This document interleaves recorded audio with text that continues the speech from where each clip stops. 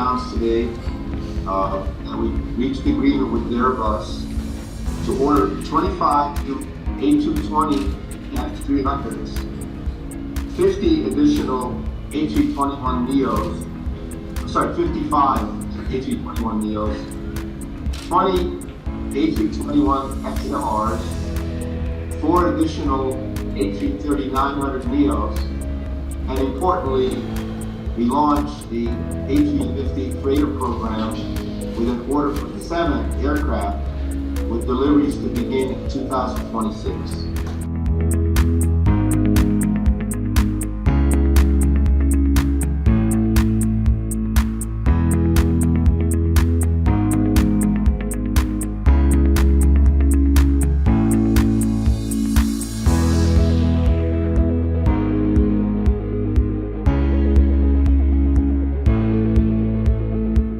What we're doing is we're responding to the invitation for competition from the market.